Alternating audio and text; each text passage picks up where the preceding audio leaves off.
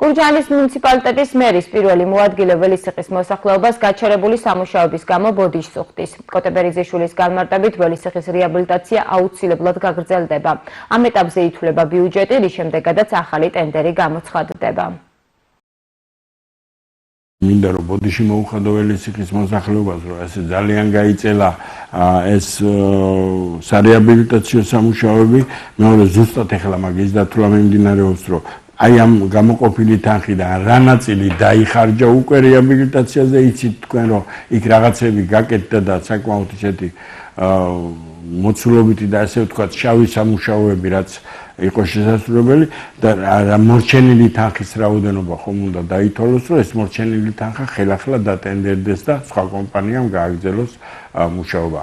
იცით თქვენ რომ ის კომპანია რომელიც აწარმოებდა ამ სამუშაოებს იყო გაშვებულა შეუწყდა ხელშეკრულება და ზუსტად ეგ დათვლები მიმდინარეობს. თუ რა თანხის სამუშაოებია შესრულებული, რა თანხაა დარჩენილი, უბრალოდ დროის ფაქტორია, სატენდერო პროცედურები რომ სწორად გავიაროთ და იქნებ მივიღოთ კაი კომპანია, რომელიც დაასრულებს ამ სამუშაოებს.